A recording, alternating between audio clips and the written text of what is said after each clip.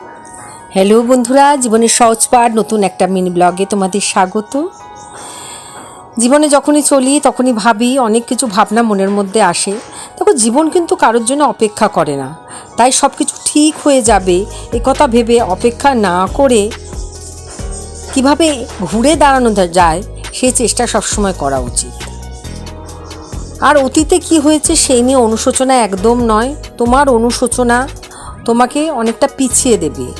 অনুশোচনা না করে শুধুমাত্র অতীতের সেই ব্যাপার থেকে কিছুটা শিক্ষা নিয়ে আবার সামনের দিকে এগিয়ে চলা উচিত। তোমার চোখের জলের মূল্য কেউ দেবে না, সুতরাং চোখের জল না পেলে কঠোর হতে হবে মনে, আর কঠোর পরিশ্রম করে নিজেকে স্বনির্ভর করে তুলতে হবে।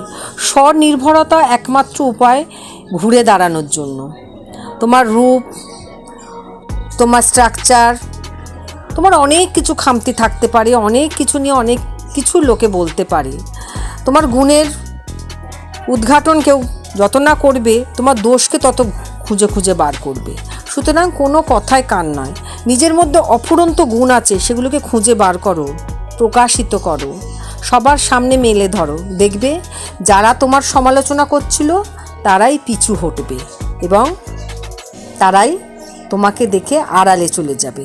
তাই আত্মনির্ভর হওয়াটা খুব জরুরি।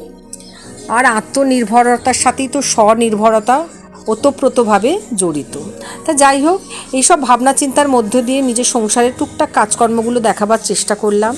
সবাই খুব ভালো থেকো এবং নতুনভাবে নিজেকে বিকশিত করো, এই শুভকামনা রইল আমার তরফ থেকে। কেউই কমজোরি নয়, সবাই শক্তিশালী, সুতরাং এগিয়ে যাও।